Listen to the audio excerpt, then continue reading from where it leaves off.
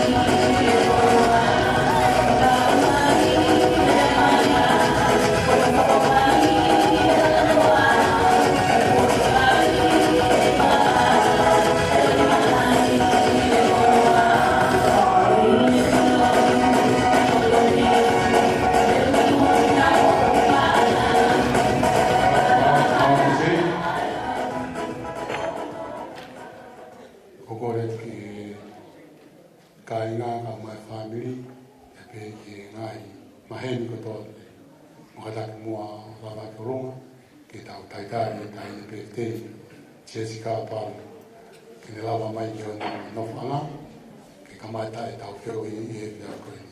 Moka taki kua mea kua runga. DJ, tu mai tau.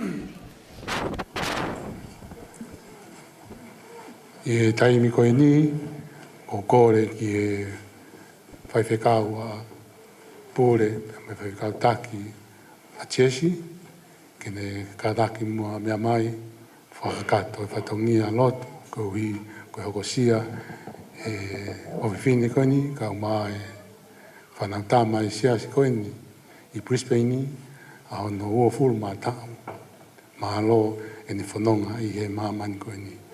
Tau hawhei e whaiwhekau whaiwhekau pūre o wāhenga, koroa moto puaka, kene kataki o mea mai whakakato e whatongia. Maro.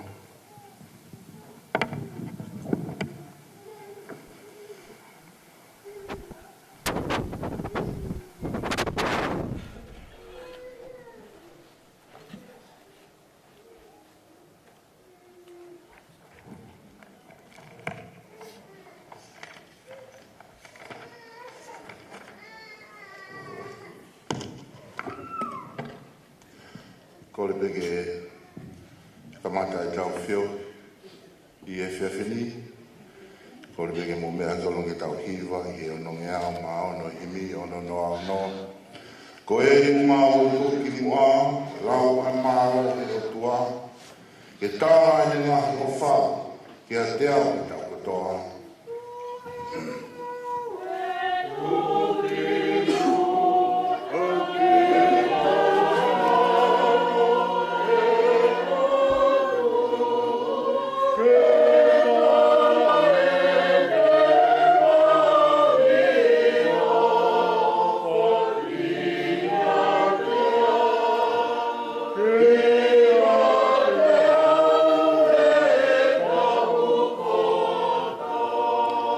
Hoko o me pana lau, te eki ke whanau i au. Pea mai kuware wale, nāne iai, o ko ke hake.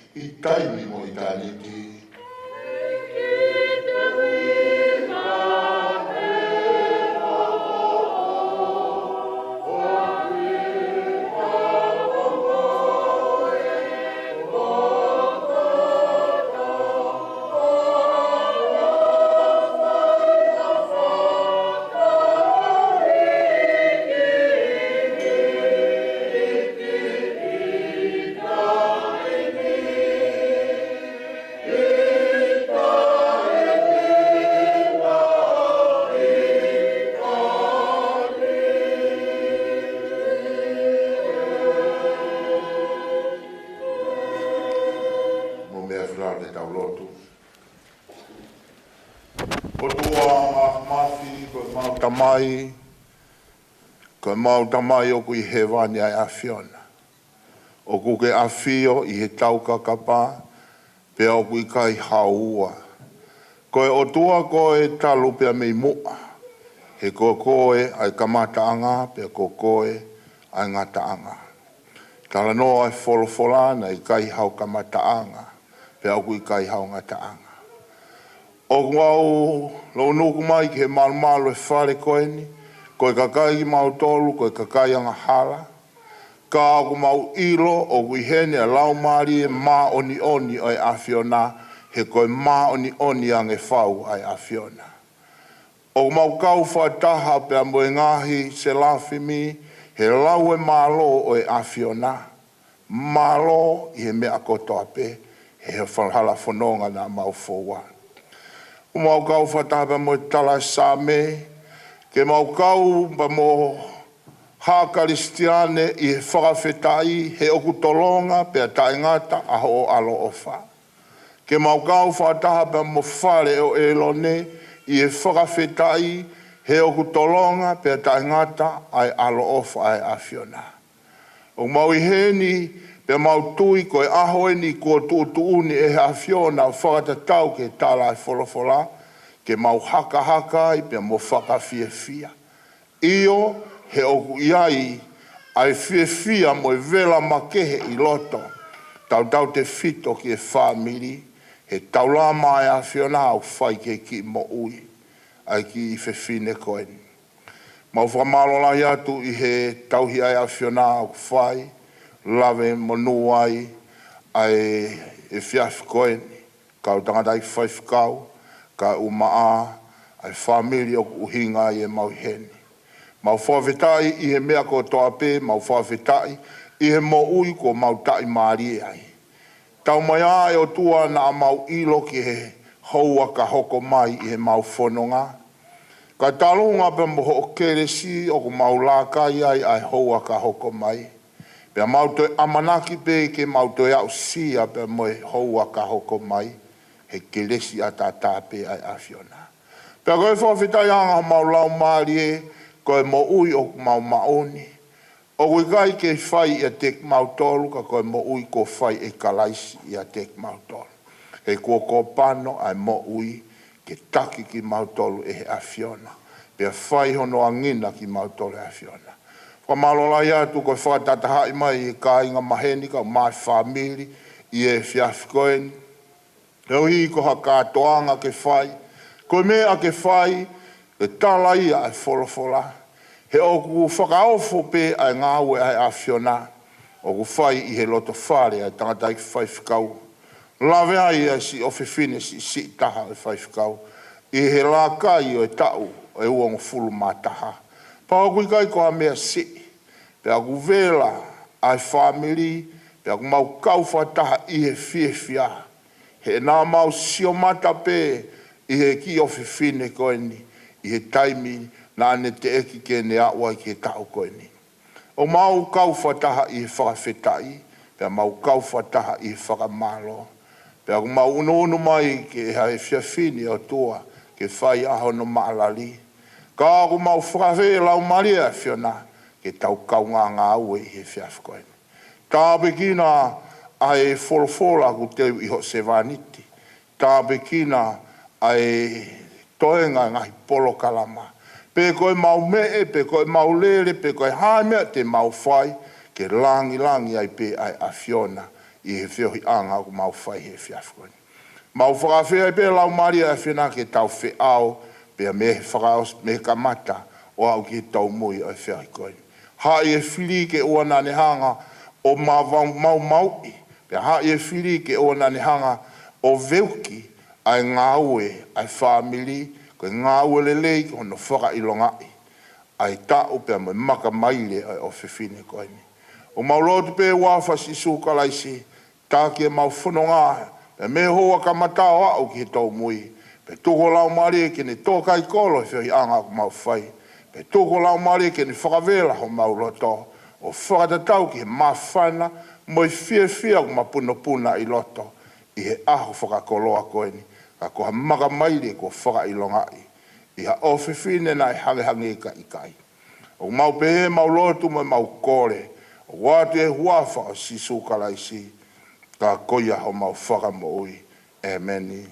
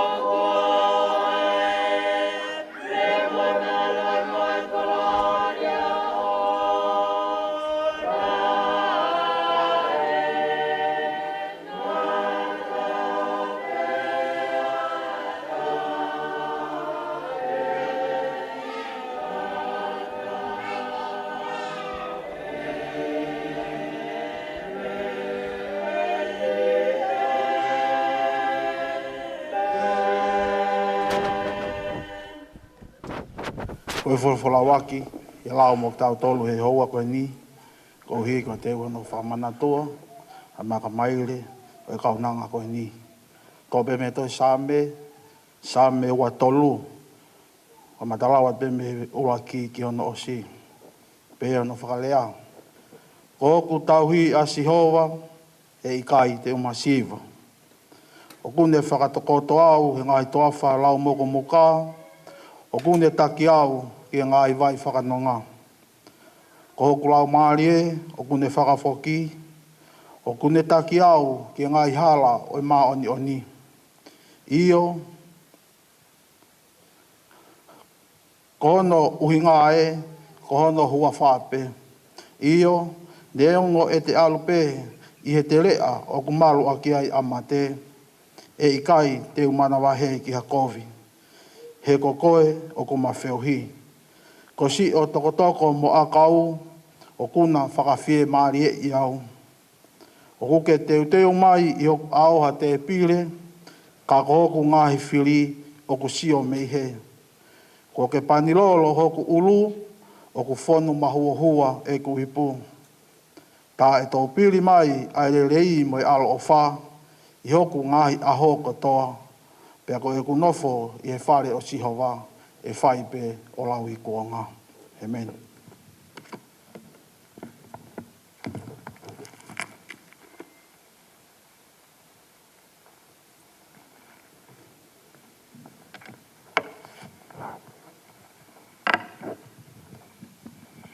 Ono ua i le son, ke lau maktau tolu, e whiawhini. Hāpia i sā me te evita. Sā me te au mātolu, vesi ua ki, o tuku ki ono nima. Ai au pehenu whakarea. Whakawhetai ki a Sihova, a haku lau maari e, o ia katoa pē o ku ia te au. Whakawhetai ki ono hua whā mā o ni e. Whakawhetai ki a Sihova, a haku lau maari e. E au ana angalo, e ne mea au whawhuri pē. Aia o kune whakamore more, o anga halafu a pē. Aia o kune whaito, o ngahi maha ki kotoa pē. Aia o kune huhui, me he auha a ho mo ui. Aia o kune whakalauni aki koi, ai ofa, me whai whakaatu. Aia o kune whakamākona, e le rei, a ho o aua u. Hoko tai beke no tolo le soni.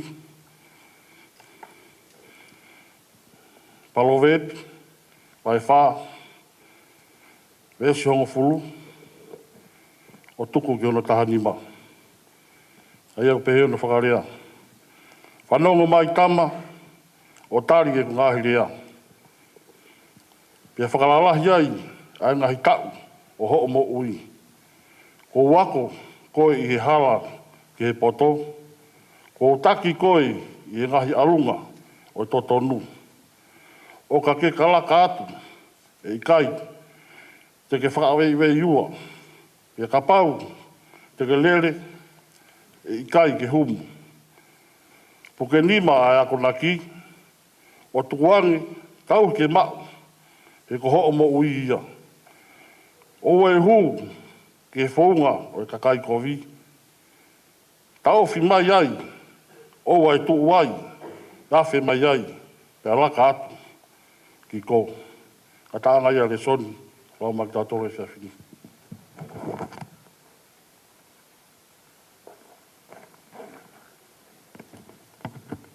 Ko hore ki u whatapu ki he a whio ai, tau tā i o tua i o tau lotolotonga. O tua koe tamai, o tua koe alo, o tua koe lau maari maoni oni, o tau e a whio i a tik tau tolo. Whatapu atu ki he whanau ahu eiki, whamakapuna. Ki he whatapu atu ki he whare matapure. Whatapu atu ki he whaiwhikau e tukone si asto kai koro i a kalaisi. Whaiwhikau pai a matangi. Pia pehe ki haa whaiwhikau. Whatapu atu ki he kau tikoni, kau se tuata. Pehe fo whatapu heni ki he whahu. Whatapu atu ki he whamiri e whaiwhikau. Whaiwhikau whirise. Pia pehe ki he ono whamiri. Whatau pātu ki a tui whirise. Ka pehe whoki. Ia si pa pehe ko no whamiri. Pehe whatau pātu ki whamiri ngai whae. Whatau pātu ka whineika. Whinanganofo. Pehe whoki ki a Maria. Ka pehe mukmautoru kotoa. Mulawa mai. Mei e ngai whitu kotoa pe. Ko hi koe tau malari. Ai au sia. Chesi. Whiao moelangi.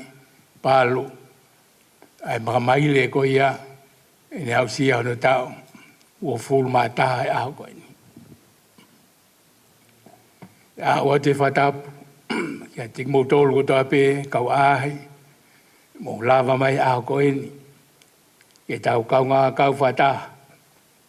He whawhitai. Pa peke whiwhia. Oi aho koe ni. Ko kore ke omi moa MC. Aki whainga maari no no pe. Ko hi koe whainga maari e pa moe. Mahu inga oi aho koe ni. Ko hi koe mahu inga e aho koe ni. Maha tuunga pe ia he kaunanga koe ni.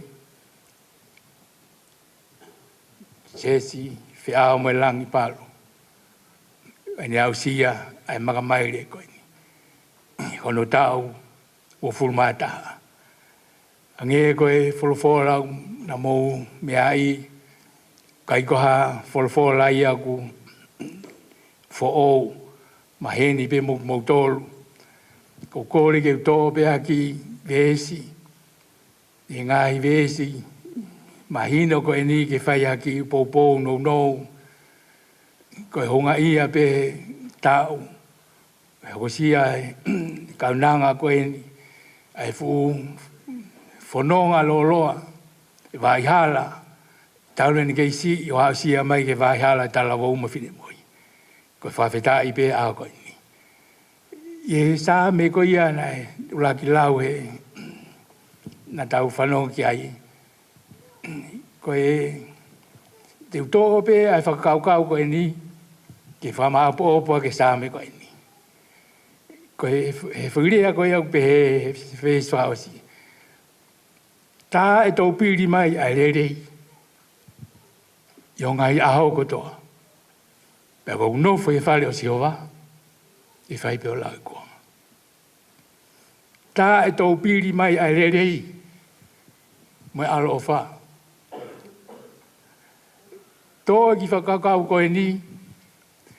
Koe tau piri. Koe ngō mea e ua o mai he hanga he sāme koe nio whamaupopo. Ko palo mesi na o tua omi kotoa he sāme he whaiwesi pe koe ni. Ko tui koe o hinga ia o e aho koe ni. He vesi koe ni. Ko tau piri te wanga pe o whakarea ia whakarea o pehe. Ko lelei kotoa pe alo ofa kotoa pe o tua e hoko hoko mau pe ia te koe o tangata. Pe koe ai e taha ke mahino ange. Ko tau piri e mui pe ia koe. Ai rerei kotoa o loto langi. I he aho kotoa o moui. Ko hingoa koe ni, oi kaunanga koe ni, tau hena he aho koe ni. Whakaongo mai ono hingoa tala mai ko Jessica, whiao moe langi. O hinga e nak toa eki, neongo sa me mahino. Ko vesi eni, ko tui, ko lau maari e koia, oi toko taha koe na ni hangao, o whakahingoa koe ni, whiao moe langi, ko tui koe whakaukau ia vesi koe ni. Te wangape o whakareai o pehe. Tā e tau piri mai ai lerei mo alofa. Tā e whiao pe ai lerei mo alofa i hongai aho kotoa. Ko hinga ia o hingoa whiao mo langi. O tui ko lau maari nei, hanga he toa taha koe ni whakahingoa ki kaunanga ko e ni, ko whakaukau pehe. Ke hoko hoko pe ai ofa e o tua, o whiohi mo kaunanga ko e ni, he aha ko toa pe e ne mo ui. Pa ko hinga e tāra aha ko e ni. Tange ko e whamatara e sā me, tala mai, ko tau ia siova he kai ki masiva. Ko hinga ia kai ki masiva, e hoko hoko mau pe, e whiao mau pe a lelei ko toa pe o loto langi. E hoko mai pe a ofa ai o tua o loto langi, e whiao pe mo koe o tangata. Ko nofo whakaukau ke hingoa koe ni kaunanga koe ni, bau toa ai ki whai whakaukau e vesi koe ni. Ko hinga ia ki whai vesi koe ni. Ko tui, kau whatahe aha koe ni. Ko tauhi koe au whai he o tua maau, he kai ke mō tui hatai. Kai hoko hoko pe o tangata. Matala noa mo e whai whekau. Tala mai e whai whekau. Ne hanga ui. Ui koia a he whektaki koia siasi. Ai tamai koia a whiao mo langi. Me he pena ne, mui mai e whanau, ko hi, he kai ke mau alu whata. Ko hi ko ako, whao se nau ako, mo nau ngāwe. Ko rea nani tala mai kau. Lotu, ui ona whamiri, pa ne lotu peo tala ke iki. Te walo whai ho whekau, ka ki whai e koe hono tauhi. Te walo whai ho ngāwe, ka ki whai e koe hono takangai. O hinga ia koe, hei kai ke masiva ha mea. Koe tauhi a o Isleari, koe tauhi a o tua, hei kai ke masiva. Alo e whawhekau o whai ai ngawe a o tua. Kai hanga he o tua o tauhi. Hange koe koe kawenga koe na kulau. Ke whiao a lelei ko toa pe o loto langi. Ke whiao a alo ofa ko toa pe o loto langi, he aha ko toa ene moui. Na kai ke siwa a manaki a whaiwhekau. He nei tūku ene whalala, ke hange ko tāla ko iau whai he same. Ba mōne tāla ko whai palo vea pe, vai tolu. Whalala ke iki a ke kotoa holoto, o e whaa ke poto. Ke whakaongo ke te ia ho hala furipe. Pa tēne whakatontonu e hongai alunga. Me eina lot tanoa mai koe a whaiwhikau ki hai, whamo oni au pito ki hai. Nā ne tūku pe ke heiki, ke ha, ke na whiao, mo ene mo ui o tangata. O hinga ia koe, o hingoa koe ne ki kaunanga koe ni. Kai ke pūri, nei talu se ne tūpu, nei tūpu whaingata ia. Ko ne au sia ane aha koe ni, koe tāpua kipe. Koe tāpua kia, tange koe au tala noa kai sāme a koe ni. Talu ene hono whanau i mai ki he mamani koe ni, mo hange pe kai kai. Kai whawhetai, naka ki tūku. Hono tala, naka ki tūku, hono hufia. Ke ha, ke hoko mai ai alo ofa o tua, ke na whiao moia ene mo ui. Pako hinga ia e aho koe ni. Hange koe tāra noa e sāme, neongo e te alupe he te rea ku malu aka mate. I kai ki o manawahai ki hakovi, he kokoe o ku mawhiohi. Ko hinga ia e tāra e aho koe ni. Ko whiwhia au pito, he ki whakaukau e aho koe ni. Ko hi koe hoko sia, e chesi, whiao mo langi palu, ai au sia hono makamaile aho koe ni.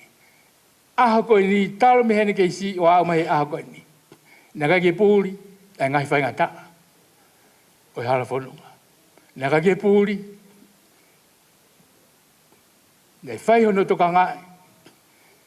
Neongo u whai, koe whatongia whakai tamai me whawhai, e nau a toka ngā u whai.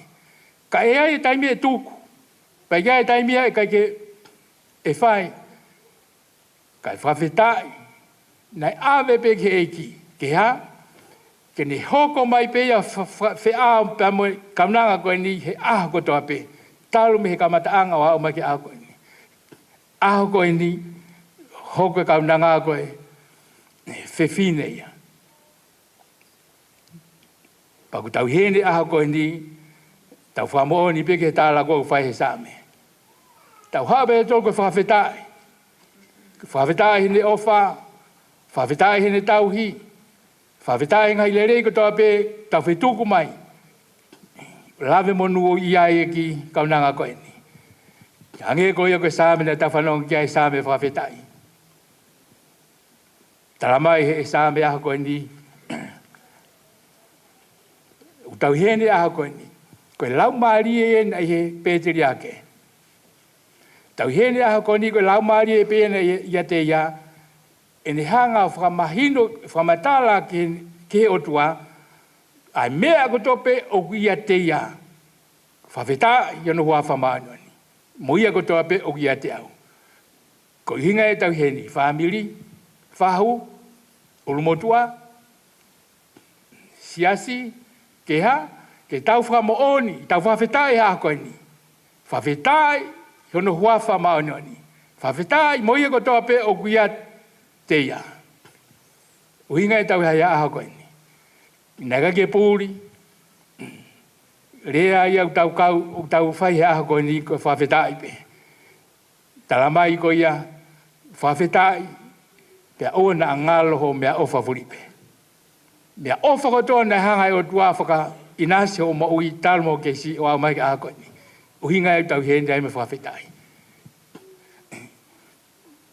hanga i tangata to sa me fa mahino a ko ni ai vai hala mo ngai na nunga mo fononga anga na fononga mai ai ka na ko ni tala mai na hanga o fa mo ho ngai anga hala na hanga o faito o ngai maha ko to ape na hanga o fa o hu ko me hanga hala pa ni whakakalau ni ko hea hoko ni ke ia usia ai maka maile ko ia o tau fulmata ko tui ko tumutumu ia o tau hene a hoko ni o tau whawhetai ko kalau ni ko ia ni whakakalau ni aki ko ia ofa pa mo whai whaatui ko tui ko me au tau hene a hoko ni ko tau whia pe mo whawhetai talamai rewa he sāme aia kuni whakamakona aki koe alerei tupu fōo hange hai kare ho talabo. Ko hoko ho talabo he ako ni. Ke hoko whewhine a ako ni.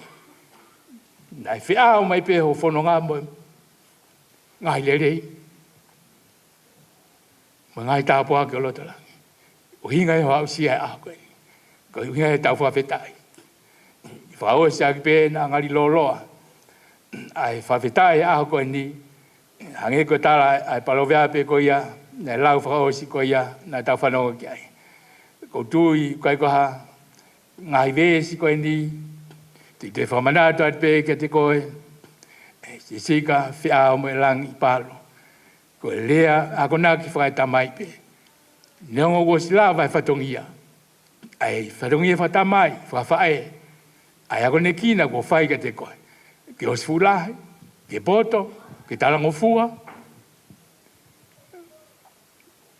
Ka te utoe whai ati pe harea whakaosi, i whawhawhonga atu pe. Hange ko ia koe, talamai ki vesi ko ia, whaosi a koe ni, puke nima ai ako naki, au e tuku ange. Pe tauhia ke mao, he koho mo ui. Ko toa ngahi ako naki whakatamai. Ko toa ngai ako naki whakawhae, puke ni mai, puke ke mao, he koho mo i angai. Hange pe koe tālau, whano ke whai koe he palo veape koe ni. Koe ako naki whakaosi, whakatamai ni. O talatai whare whakaosi ka te koe. Whanongo mai o tari e ngahi rea. Pai whakalaha i o ngahi tau. O ka pau te ke laka atu, he kai te whakawewe tu ai. Pa ka pau te ke lere, he kai te ke humo. Ko lea maari au pita vesi, ko ni whamahino mai he paro. E tō tonu pe a tāpuaki, me monu ia. He taimu ke lakai. Ka pakau te ke lere, he kai te ke humu. Ko au sia mai aha ko e ni, whawhitai ke eiki. Nē kai te ke humu, ko tau i lere i pēna whahe o tua whai mao, moho mo ui. Whao sa ki lea ko e ni, tala mai le wahe wesi. Mea ko tawa pē te ke fōwai. Oua e huu ke hala o kawanga hala, tau e alu ke fōunga o ka whai kovi. Tala mai le wahe wesi. Ta ofi me iai, oua e tu uai, ta awhi me iai, pa ke laka atu ki ko. Ko tui ko whikau ia ka koe haa koe ni. Hange pē ko lea ko whai koe sa me ulaki. Ai tangata monu ia. Monu ia e tangata ko kai ke fō, he whakau kau e whakatua mate. Pe tu, pe no whaanga e ka manuki. Ka koe lao a sihawa e ni wholofola. Manako mau pe ke wholofola. Tu hokosia mai tau e aha koe ni. Koe whutapo a kia. Kai ke ngata pe ke whamiri, pe he ke siasi. Ko tui, ko tō taha toa pe une ilo e ki kaunanga koe ni. Koe ofa a tātāpe. Koe kere sipa e o tua. O tui, ne mo uia he aha koe ni. O mo ngai lotu, mo ngai ufia. O whakitāpo a ki ko he eiki. Me o whanonga mai, tālu me hoke si, o au sia, o maka maire, o tau o fulmata. O ke tuke hoko hoko pehe atu, a tala monu. Hoko hoko atu e tau, o fulma aua, o whai atu aipe. Ko e hae tutun ai o tua, ke hange ko ia ko ki kawenga na whotu ko ni. Ta e tō pili mai ai lelei mo alo whai ho ngai ahau kotoa. Pako nofu e whare o si o vai whai peo. Ta e tō pili mai, ta ai koe alo ofa, ai o tua, ke whiao mo koe, ahau kotoa peho mo ui. Me tainimi o whai peo tangata. Amen. Ko le pe ke tani pe ftei e fai pe halo tu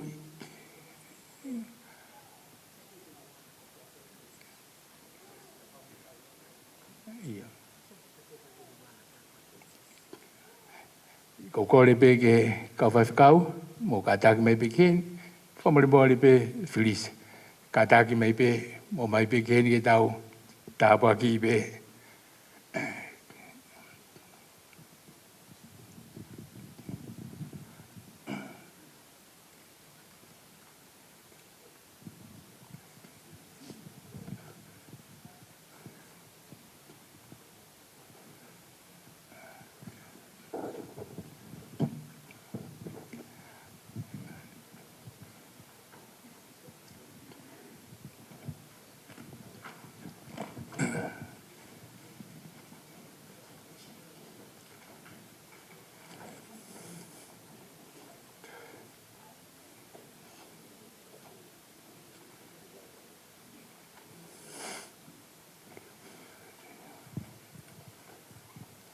mo kataki mai pe laini mai he laini como ala mai pe sia ala mai pe kau te tau pe mo wala ti wala pe tau ka tau ata ka tau sio ma tau hanga pe ki mua ke he pe ke lave pe hakonga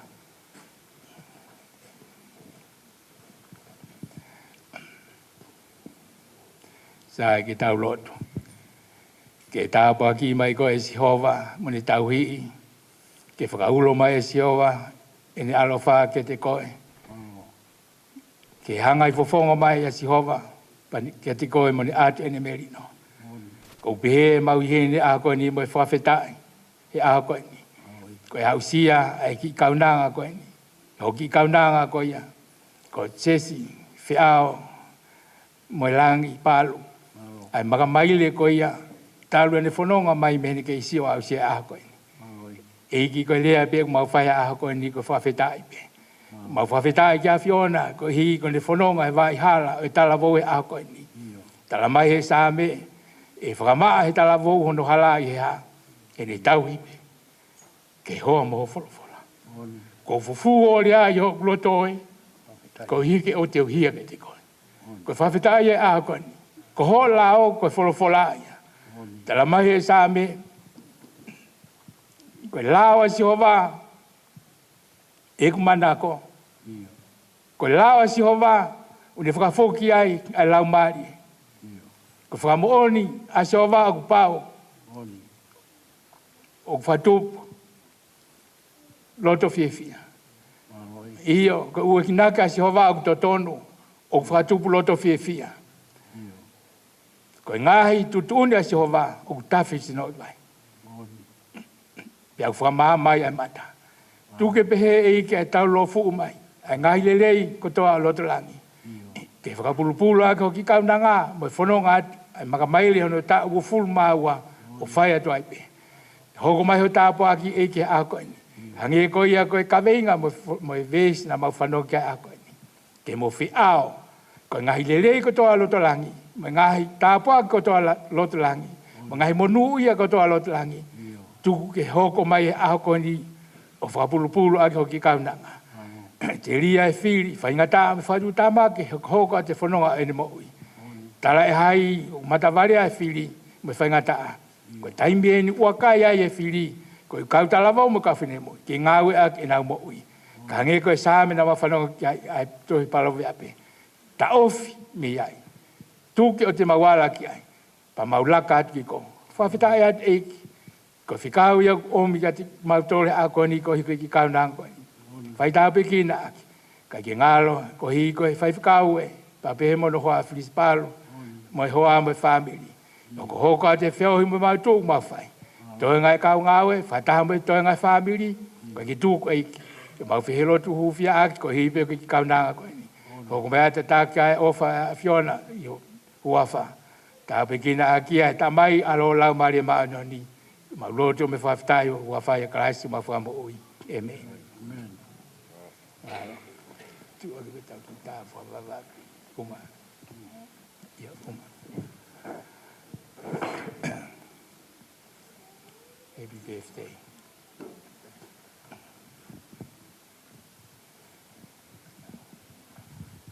Malo. Sei. Kuna.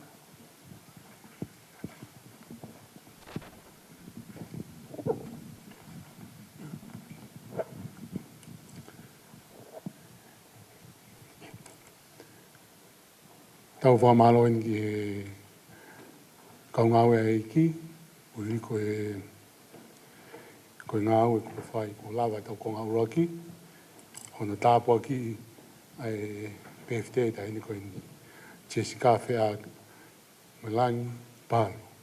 Ko kore Jessica kataki, mea atu ko mea ngā, ka whaha tau roto, pe tau hoko atu ki he tau maa mea toko ni.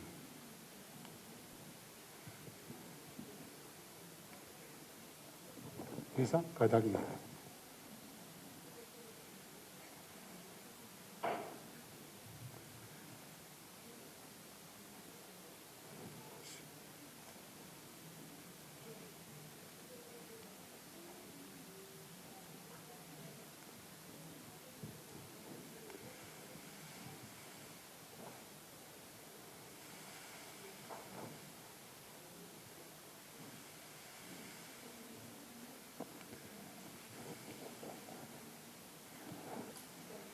Okay. Lisa, tuan, how we time birthday ko lunga kay patau roto.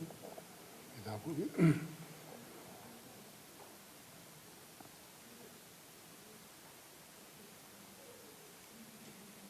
Tagal Jesse ko.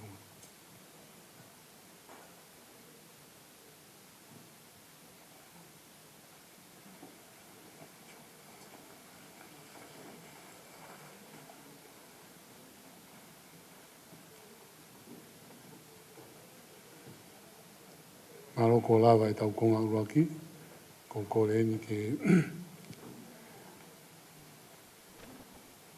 tiko ni i kuna whinau, ke ne whai mua lotu, whatapu e me toko ni, me tato ka hoko atu. Malo.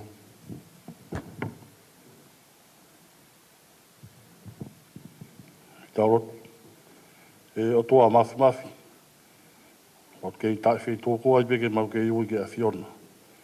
Lawa efu, ko ngā uraki, ka mawhio hei e whiawhini. Mohanga tuen eiki, ki konga hono wa.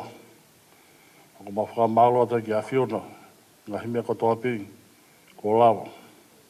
Wahanga atu eiki koe me tokoni, o ke tuku. Tuku mua ke tāpua ki ia. Ke ilo mi ai, e tāhine ko hoona e ahoni. Pehe ke whahu. Pehe ke kau sewaniti a eiki. Ke moki mātolu, kainanga, whodua. Wahanga atu eiki. Tāpua ki an moki nā tōra nā whai e whawhonga mō whia o e whiawhini. I whakawhono ai pēnā ngahi ai anga mea. O hanga atu eiki, ka mau ka mau ia, tuke mau ki hoko ai pēi. E whakahoi fua, o teke ai pēa langi a Fiona. Ia ka laisi, ka mau whakamoi. Amen.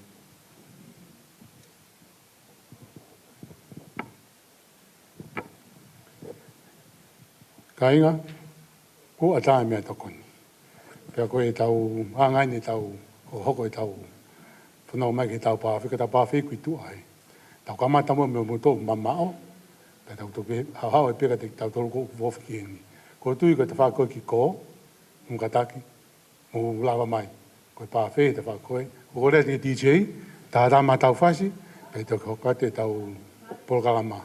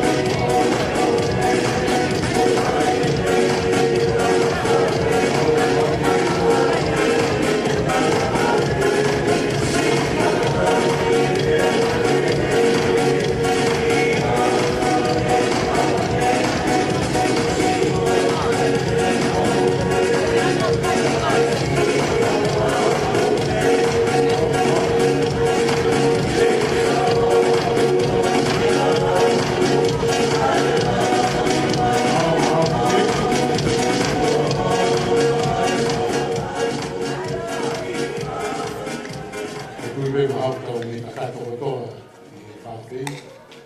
Ka wea ngai ni ki fotu kue tau programa e tau whiohi e koko ni. Koe hiri rei whawa e ai fwoi rea koe rea pe ua. Koe rea pe mi he whahai ai tamai, whirise. A sesi, pia mui rea mi familia whae. Pea koe ospe koe ai ongorea koe ni, e hoko atu rewa ki he keke, ki he puhi he keke taide pestei, pea mo o au e ngai whae. Pea koe ni lava e ngai whatongia koe ia, e tau hoko atu rewa ki tau ngai entertainment, pea mo e ngahi whaverevela o e whiaf koe ni, o e tau whakatoa ngai ai aho, whamanatu, o e tau o fulmataha, ai tā hine koe ntua mo tau whewhine. O au siha a koe ni. Ai a koe rea koe me whai tangata, koe te hina o e whaiwhekau, ko tamu hapa i whilise. Kau ku hau tautoki hini ka heka teki whare mahaki.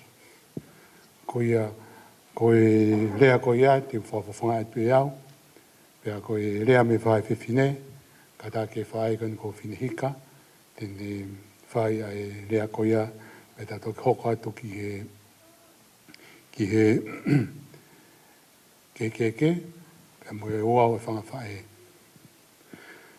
A kore mua ke o whamamaru atu mua he tala whakatapu ko kamata ke tau whiohi, pea mo e lotu ne whai e he tātai ki whai whikau tāki o e wāhi ngani. Whai whikau koroa mo tō puaka, kau mai ngahi poupou, wharatolahi ko whai mai o whiwhini koe ni. Peka e tā mua ka te au, taha pē whangatoko ua, te hina o i tamai koe ni a Chesi.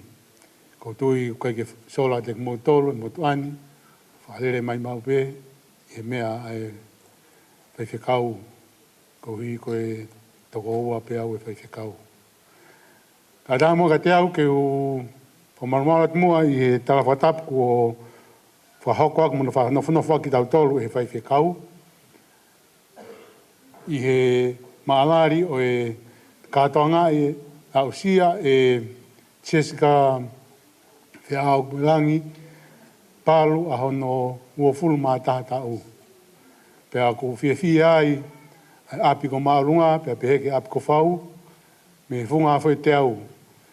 Ke whai ha maalari, neonga oku, iai pē kau aahi mai, whawhawhonga mai ngai, pouturiki o e whamiri, pe pehe pē ki New Zealand, kau mā Amerika, pe pehe ki Sene, mo ki nau tolu kotoa pehe ni maulawa mai, kau hui ke kau whakatāpea mo e whaiwhekau pea mo e hoa, i he maalari a koen. Pea mau whiawhia ai, ko ngani, he ku hange ko wholofola koen ne whaiaka no ake naki, tā e tau piripai ai ngai le rei, e whaiwhekau ko wholofola le rei, o ke hanga whanofonofu aki, ai alunga ki tā hine koeni. Pea ko manatu ai ke tau e, wālu nei pe whitu me heni, ni maurere te ki tonga. Pea mawhanonga atu ki to whoa, o au ke ki tahini ka niulo tonga au ni whakautua i he whakasino. O koe ke matoo mea te au, ai whawhonga i tā hine koeni. Pea mohokongo te hina, ni maua atu ki ai. Pena e whiamau he te hina koeni, ai koeni kuaru ki ane ki tonga ni whae rea, ke hau o sio, e ki tā hine koeni. Ko ngani, ne ai whakaukau ia ne kake whakatau whonua. Hui koe tūkunga na iai a Chesi. Ka ko whiawhia he wholofola ko hanga he whaiwhekau o whanofonofua ki tau tolu i a koe ni.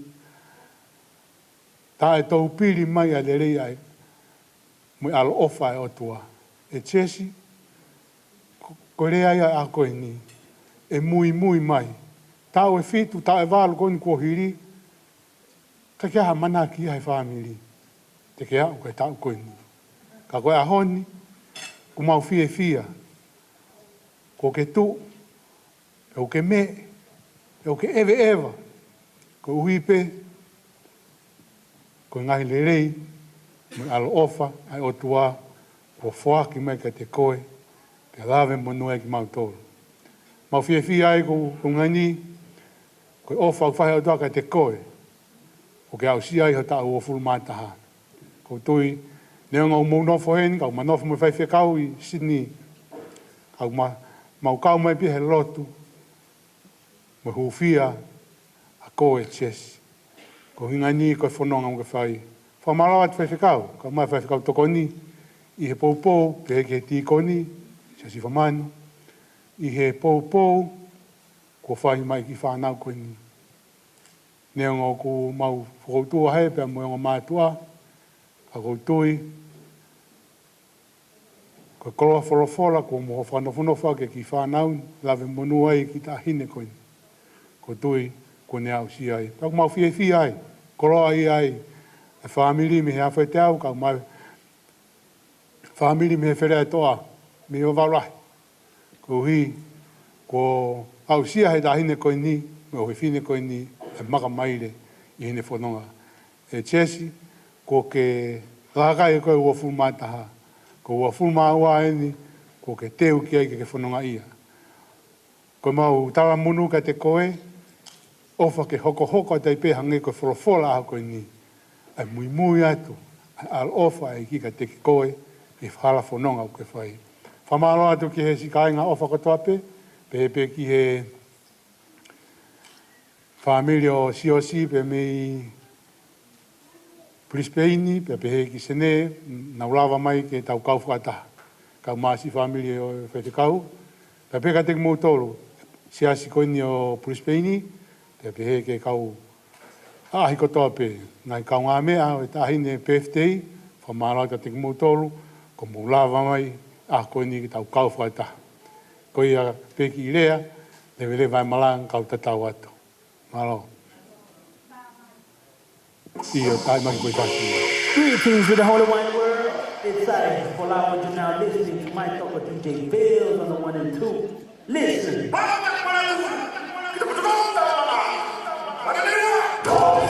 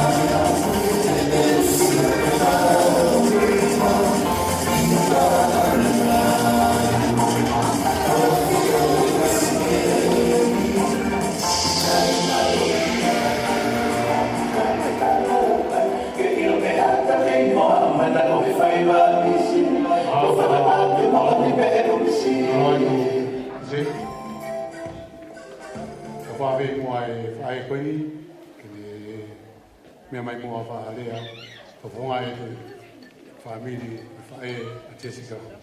Hau. Te u kore ke u whangatu he whatapu ko oso no au whaki. Kai ata mo oku ke u whangamonu hoku koloa. I loto talang fua kakato. Ke whakakakato e whatongia o e ako e ni.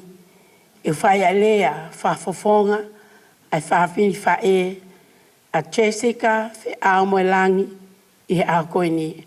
Ai utau heni ai he aho ni. O ku iai pē ai ka utau tonu, ke whakahoko i whatongia, ka koe ku whiawhia, koe whakakoloa ki au o lawe monu ai, he ako e ni. Te utala noa pē ke uhinga, o e kui heni i he ako e ni. Koe ki tahine ko e ni, ako e nai whanau ia ia Jessica whi au moe langi.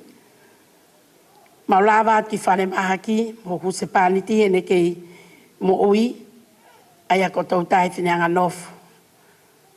Pea whahauko mai he tangata iki, kene whakahingoa iki tahine.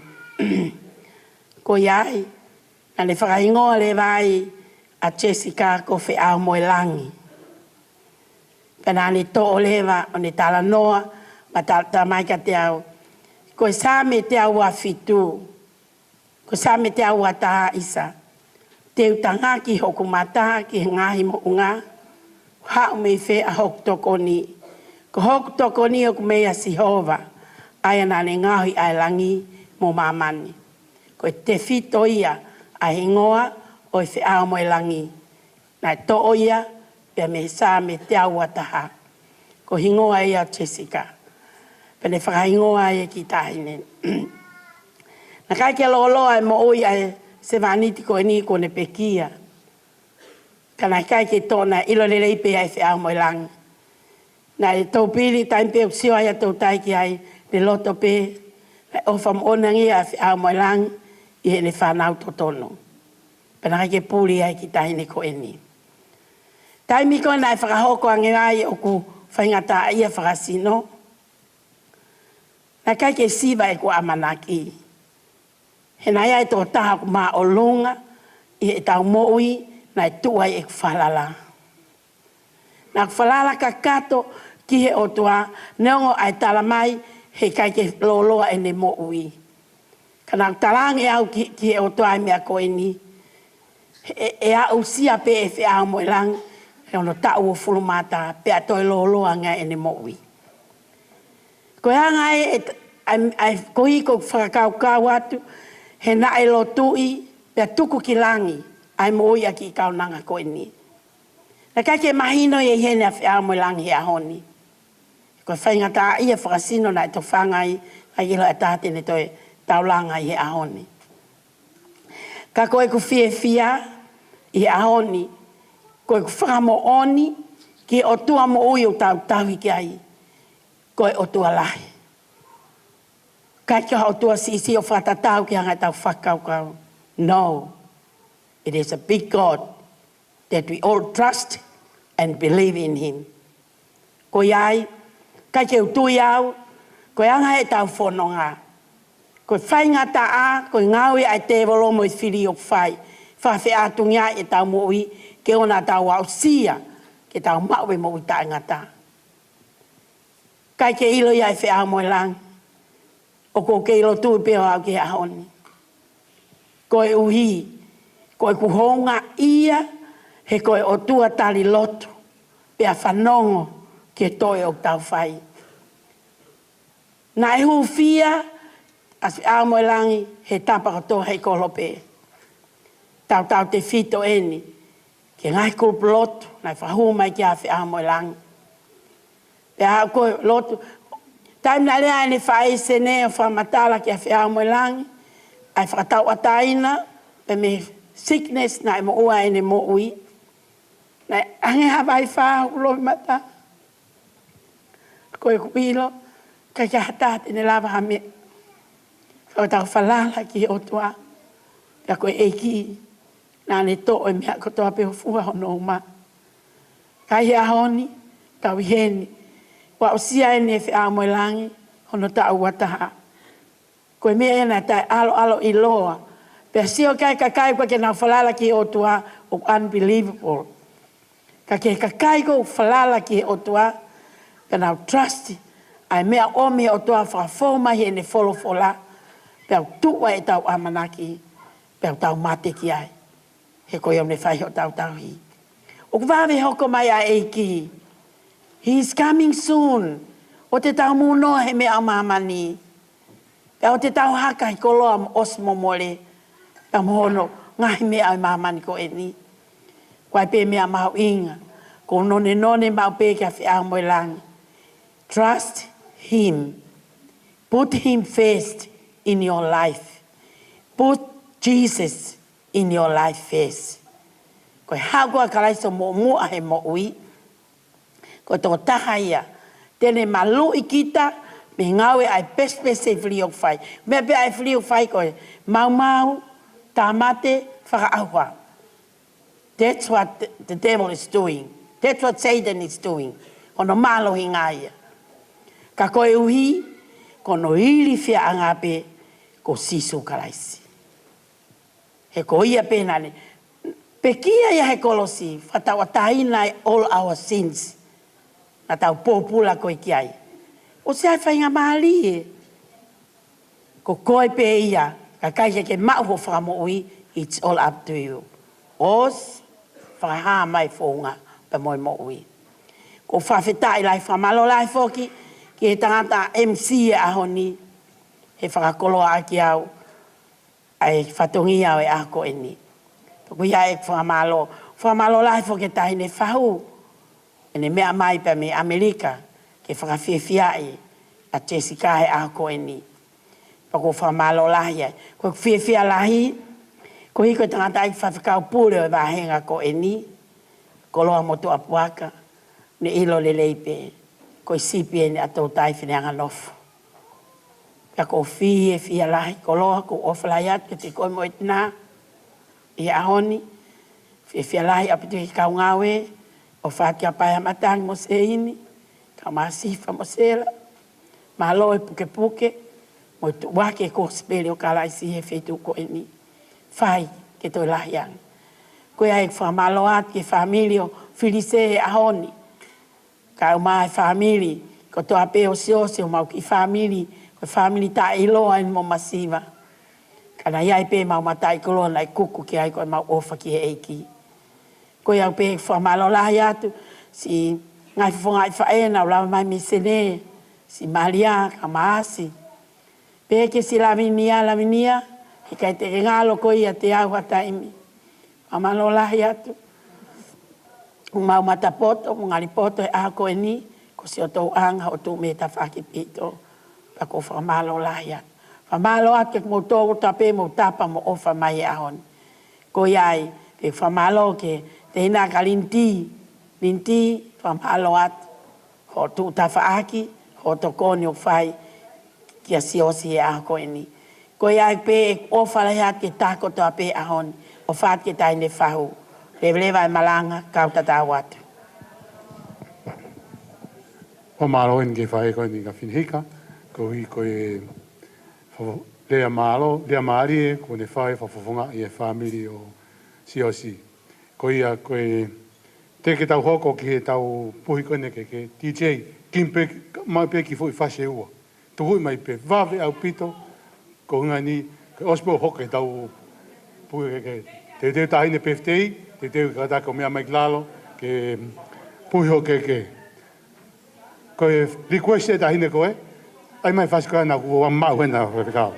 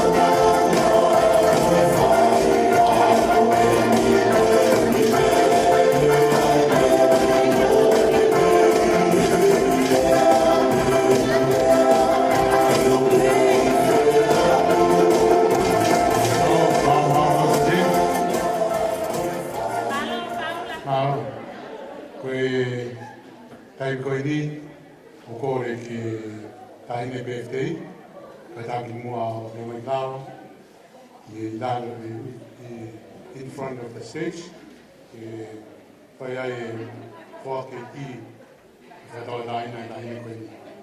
O kore ki tahine. Jesse, kataki o lao mai lao, kore ki kataiki, koe kau tamai, lise,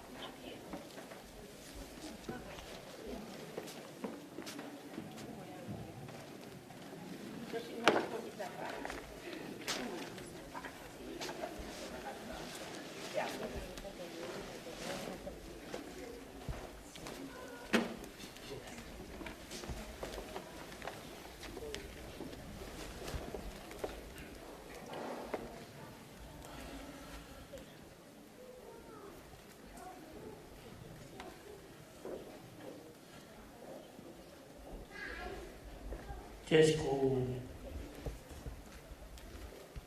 kore peke o whamarumaro atu e whatapu o kamata ke tau whio e pēmue lotu e rea a koe. Kai a tā mō au, ke o whuake ki o ku taku he mahamani koe ni koe whakatawa tāina. Wone au sia no tā uang fulu mata. Jessica whainga tāka te au.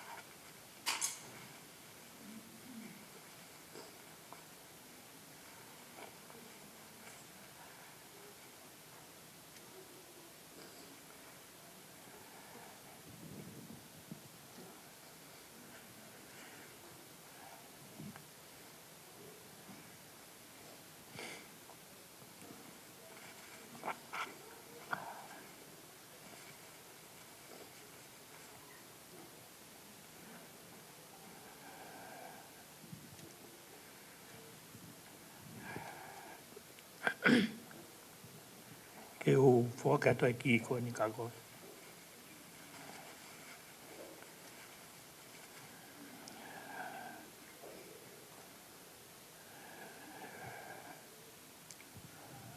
Ka ko whawhetai lahi ki o tua. Ko hui koe whakakoloa.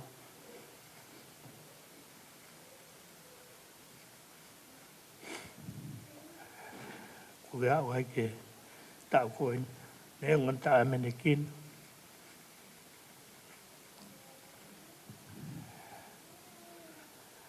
Kau tatau mea i whirisia.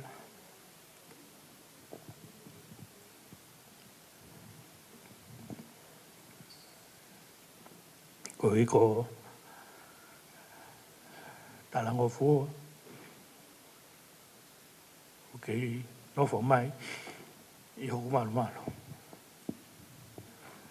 Pene ngau ke nofo pehengi.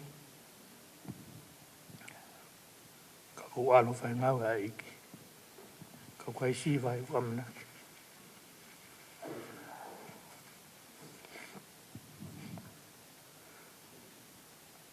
Peka toa anga ia.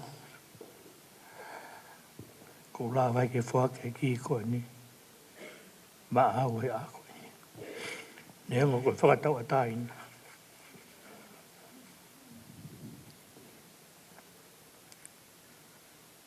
Koe tau hanki o tua.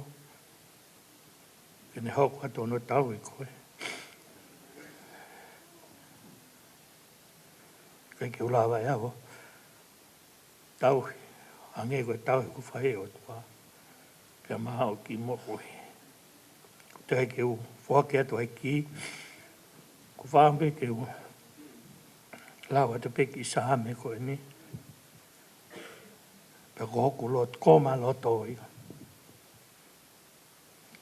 Ke puke ia. I ho ki mo koe. Sahame ua fitu. Pia ko vesi wha. O ko kore mea sihova. Ha mea peta.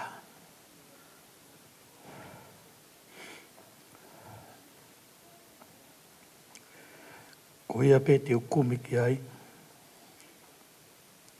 Ke unofo e whare o sihova. I aha kotoa e kumokui. Ke sihova e whawhofa o e iki. Mo whakalaulau loto. Ono parasi. Sesi. Ko ia na nofo ai ho ki mokui. Ngā mea te ke kore.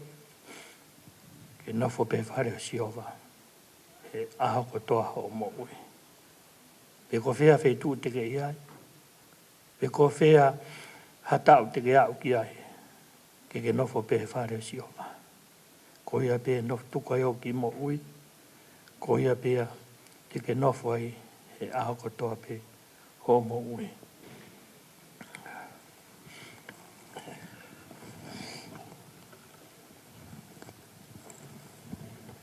Yes.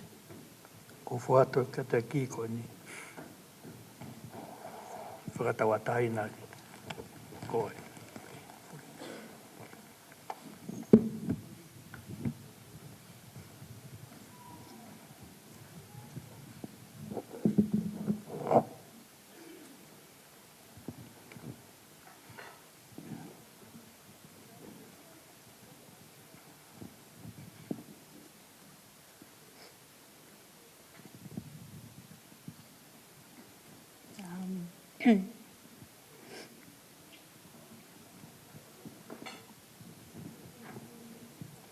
Ko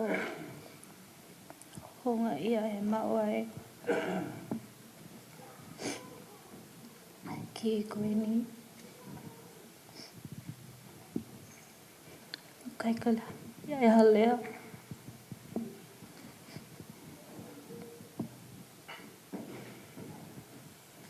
E whiunga.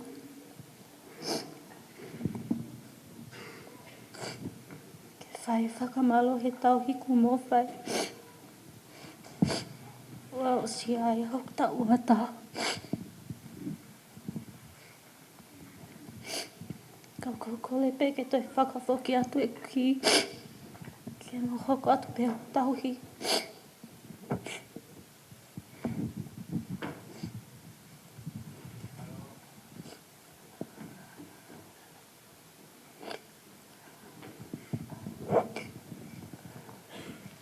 Jesi. O te ai ki e o te mahu i ngānga. Pa koe ki e o ma whaka amu ki ai. Hangewe koe ki sa ame. Nā kulau atu. Ia me te ke kore. Me e otua. E nofo pe. E malmalo sātai. Koe ai ki mau ingata. E puke puke. E o ki mo ui. Me a honi. O whai pio tai ngata. Malo.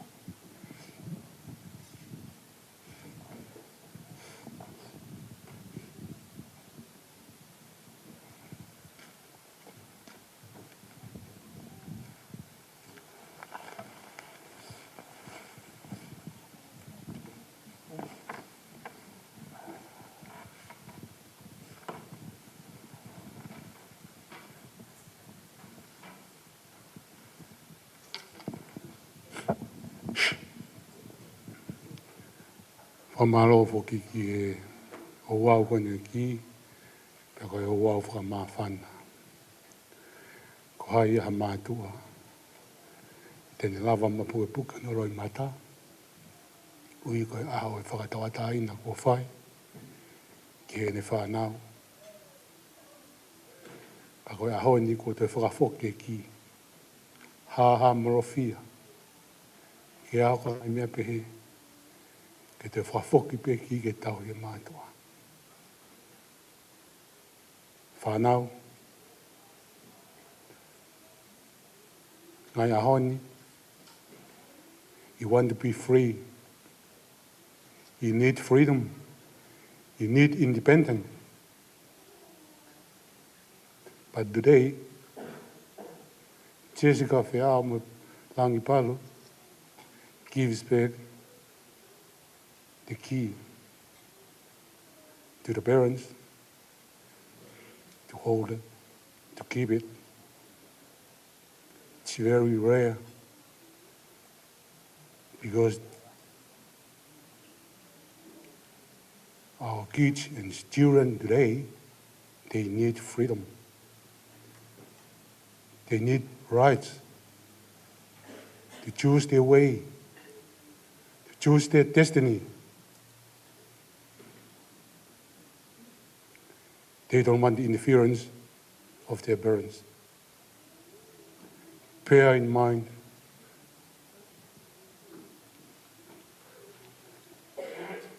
that the journey of life is very long. 21 years is a very short time. You are not experienced. Koe ai whanau, si mātua tau whanau. Ngai ahon,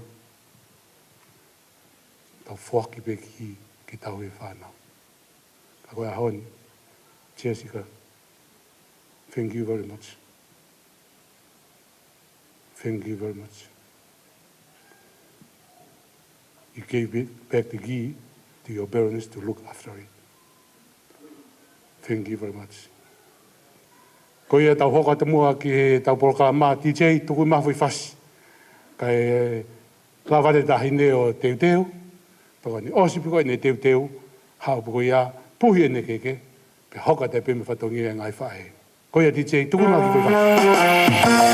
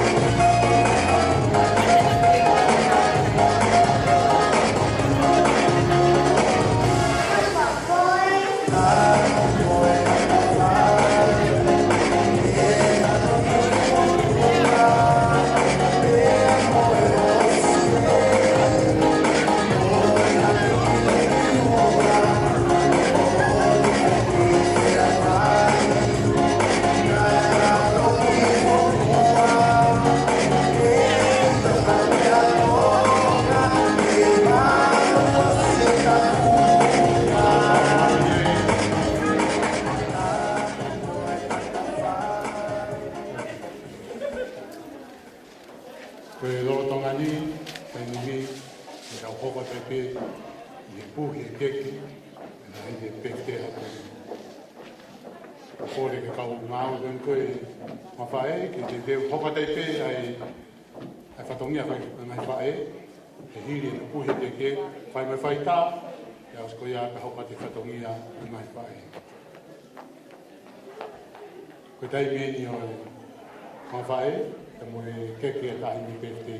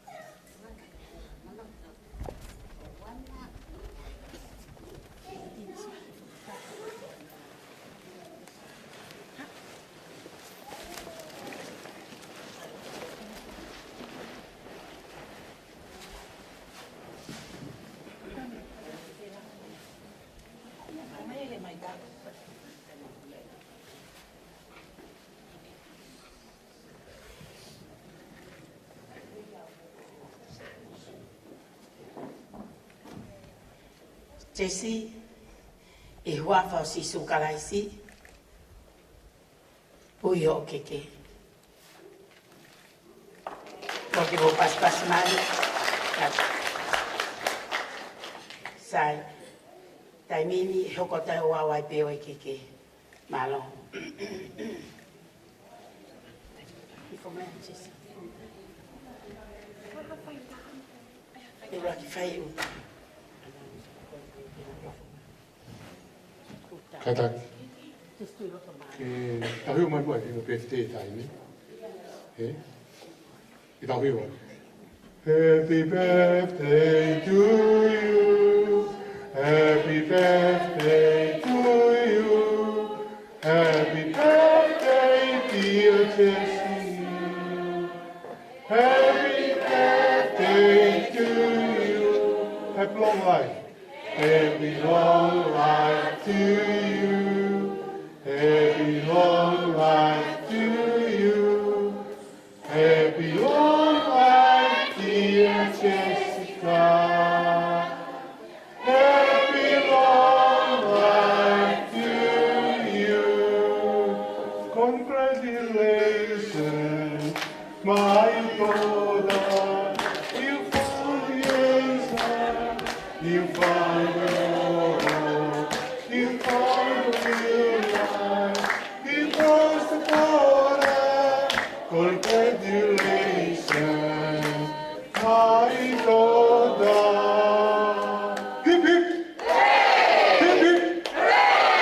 Last one. Hip hip. Ogo remi ki kau. Ogo remi kau koe te kau. E ke whahu. Me kau te pere mo kata ku mo ta vai longa a ko ni ta ni ko ia ta mai ti che ya tau hiwa ko ko le tu ki ka media mo kata mo lava mai ki a ki foi ata o que o ato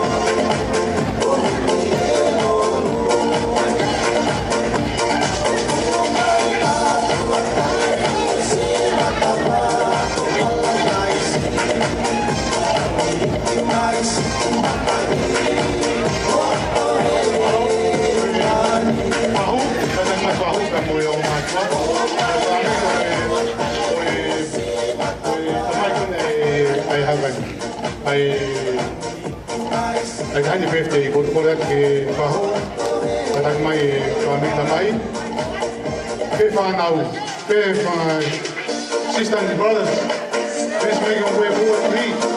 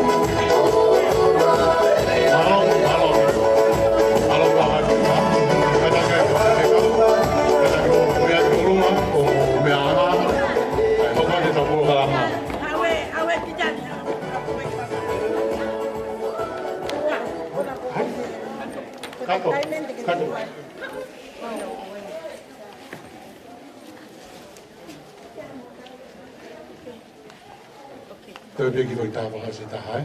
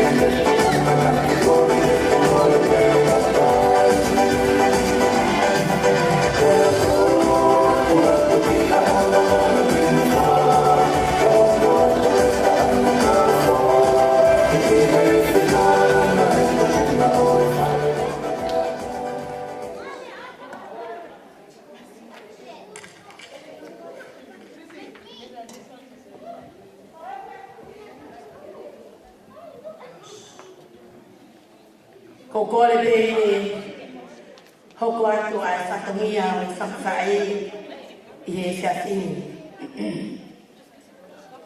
Koe, o laha e wau e keke, uhi e le keke, whak e le ki, hoko atu e le whatongia, whakawhae masila, a Jessica fi a moe rangi a honi pala.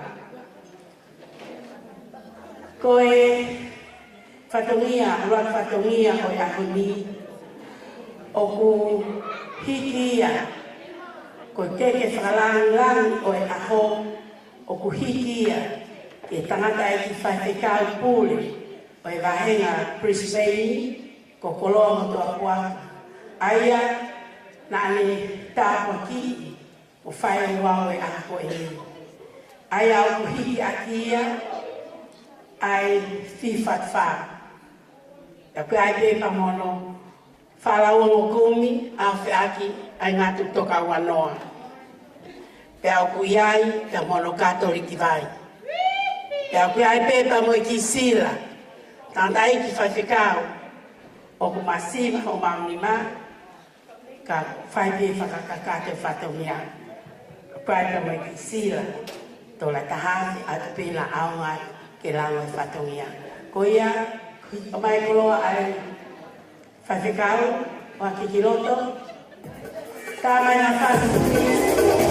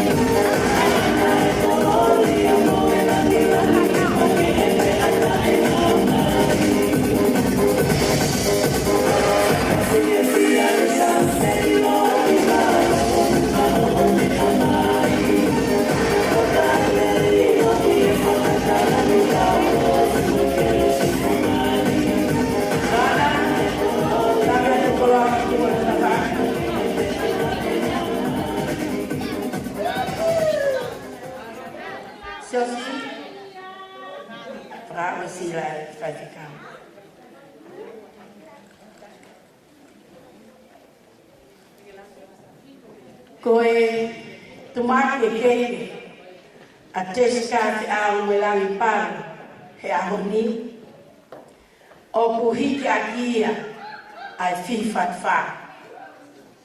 O ku iai, pia moholo ki iwala, whai aho e ahoni. O ku iai, pia moholo ki tautu angu. Pia o ku iai, pia moholo tuanga keke. Pia ku iai, ka mani tuanga tau olunga. Koe whakakatoa, ai o koloa kotoa e ahoni, kahine katapula, o maumasiva ango ango, ke whakahongai, ko o mea mai he ahoni, ka me ame le Alaska, ke whie tū whataha, ka mo whi amo i rangi he ahoni. Ka he ahoni, ke mea pe, o tungane, ko si tungane masiva. Ka masiva mo family a honu, a koe honga ia. Koe kotoa, a ki koloa e ako e li, o ku hiki a kia, a tola e tahamana. Atu, e kumia e ka kifo e lolo, e koe family masiva e. Ko iai, levereva e kalang, kauta kawa.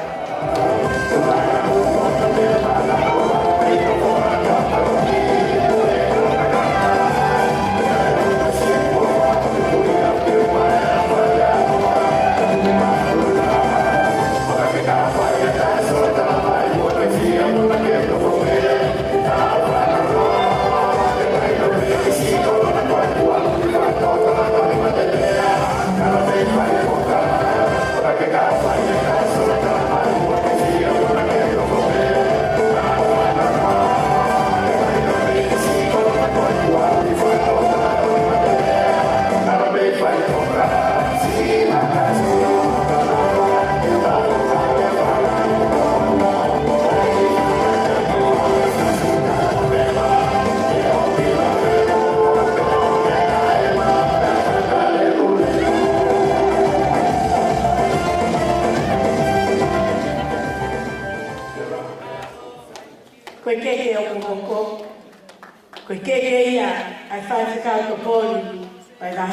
sei ke ia apa makan ai au kia ai fala aufi te mohono ki sila paia koe kai te aha mea ai tu o mawele tahani whataani atu pe e ina ama te kisola te lango e whatamia malong.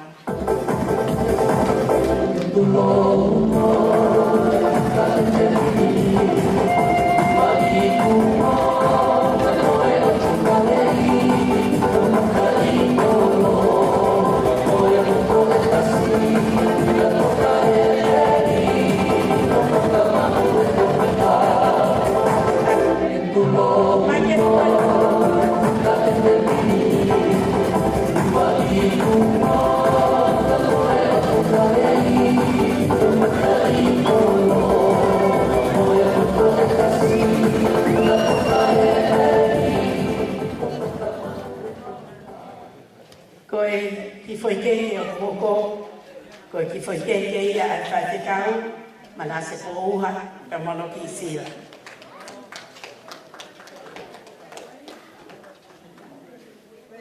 Ngā pina.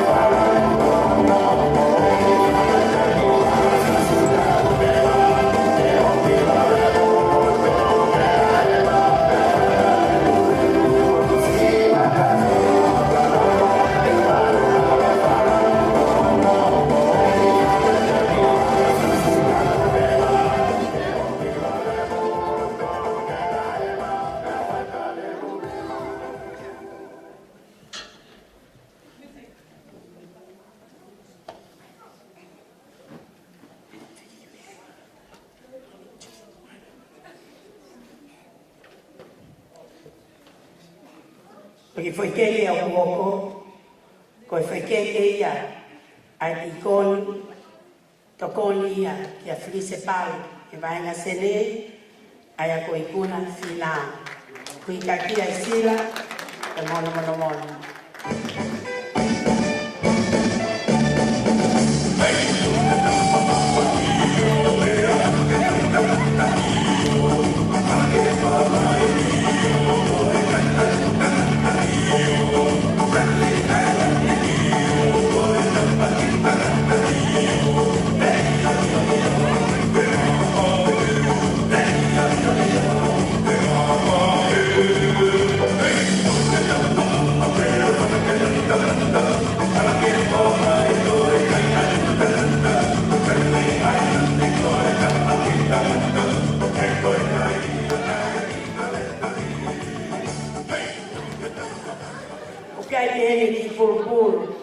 Che fuori a Ticoni a Fiammelani lì a così famano a mono chi sera.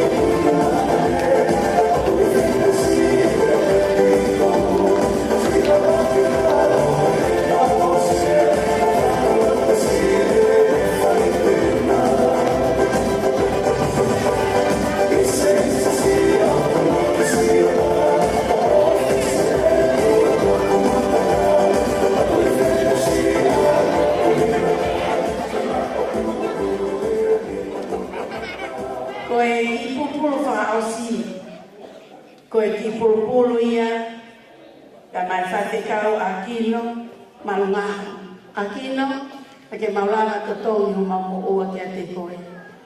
o tu ta whaaki, o to kōni mea koto api. Si e i e whakakakaka, o ma loto pe ki a waki. Loto pe a se amolangi ki a ote ki sila, i rona ao ngati ki a te koe, malo.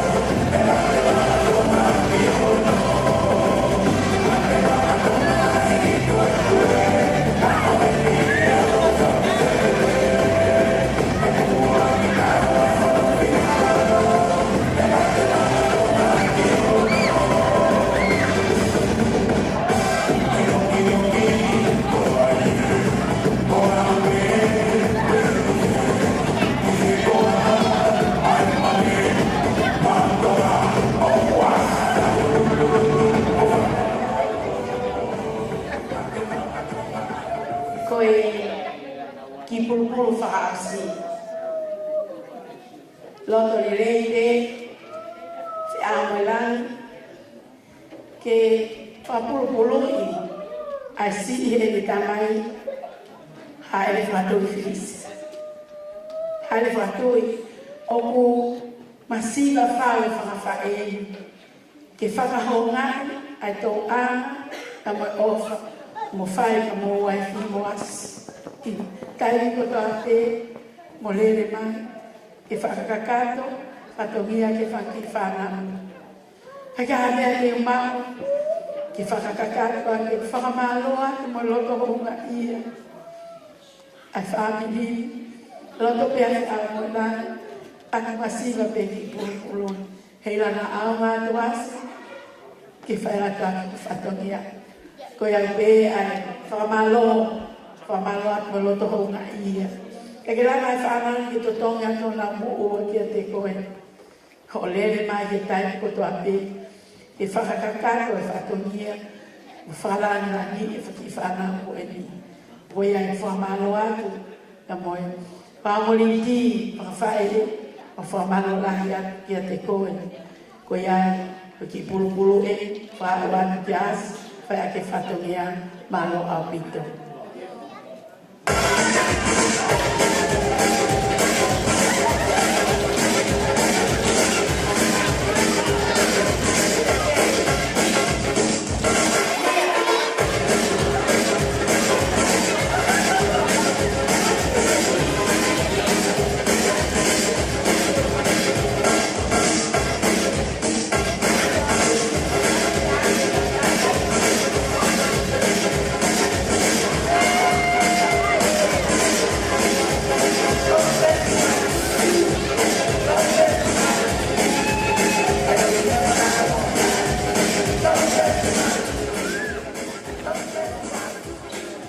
Ko langa e whatoia e whakawhae, ko kehe whakamoimui, ko kehe ia a moa. Ka ko langa e whakamole e sola moe mulanga. Ka paua whatoia hara e ahoni, ko maungatanga, ko angangare ia tama. Ko atunga pe, e atono no, to pe mea kurele. Ko ia ko ngata ia mau whai whatoia, tu au whatu, maro apito.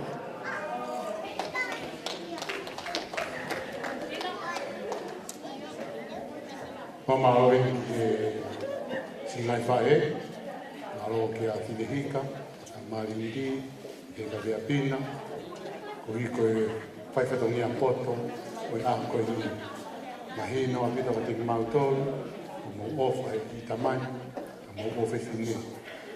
O malo ta mautolu, mi he whaki koe a e tamai, o ngā malo a te mautolu, ko ngai ni ko e fua whatongia, o whakatāpui kina ki motoru e iti, whakateta i lai, kai kono mata e hoko noi pe.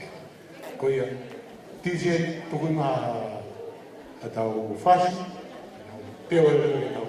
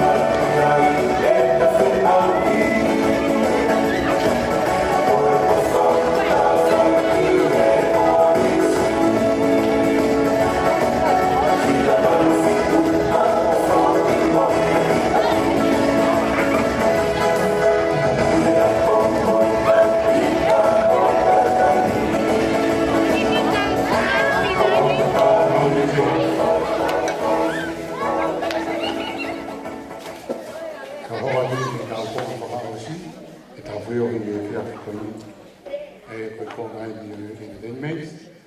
Ia koe talon whawa malaria koe ni, pēr tue whahou. Kato kula si wata si tapu, pēr whai o pēr la hini pēr stei. Pēr osi pēr talunga whahou, hoko mea ai whamopuna. Whanawa te vita ko rir. Hoko mai rewa talunga ta hini pēr stei. Tau pēr hoko lewa, ai ngai hoko atu mui whakoe kamata pēr tō koni, Australia, te tau kōmarewa, ai sias koe na o Krispini, mo tōtoro da pēu ki loto ki ai hau, ki e hia e hea koini, kai ke tau ki te rahi te taimi, ka hoi a koe kura tālunga, tālunga ia ai whahu, koe whea pēta ine pētei. Tō mai ki sia koe whasi, i ome ki tahi ki loto.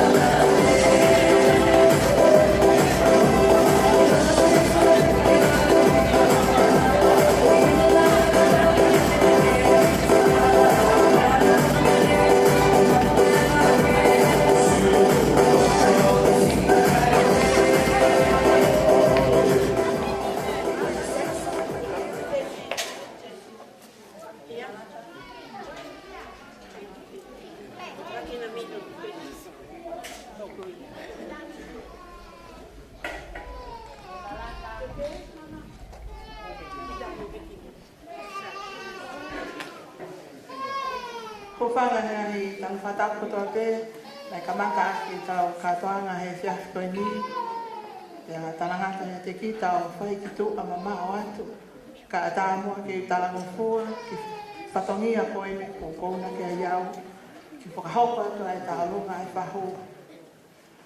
Tahini Jessica o koatu ai loto honga ia pe moe famalo lahi ke te koi. I whalawila o a koini. Pea, o ki kaya mea e ma o kia.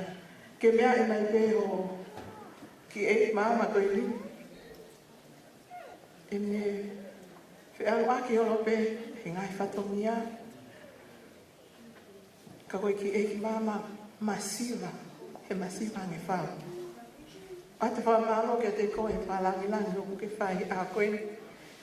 E pehe ki o whanga whae. Ai hiki. Kia moe wale a tama a koe. Kia maula le ai. Me api ko maalunga. Me funga koe te au. Ke kia le ai maa. Kia koe wha maalo ma lo honga ia mo inu. Ko ke whia maa oa. Ki ulele mai o. Whalangi langi a koe inu. Ke kia ni ai ai maa jes. Koe o whaapi. Whatawan ke tamai he bani. Ke nea ma whapulupulu koe. A ke ngai ke lehi. Ngai ke lesi. Whakaita niti. Koe ki tālunga koe ni. O ke ilo i pe o ki mehitanga. O kai ke aha ni koloa ana. Koe malo pe e ne lava mai. Ate pe mo ai kisila koe ni. Koe panga ni maafi. Ate o kume ate hao ki fo ilore. Ko tui ko ki fo ilore kao pe e lava ki se ni koe ni. Ka ate wataha yata mwene ofa. Ofa lahi atu. Malo au pito.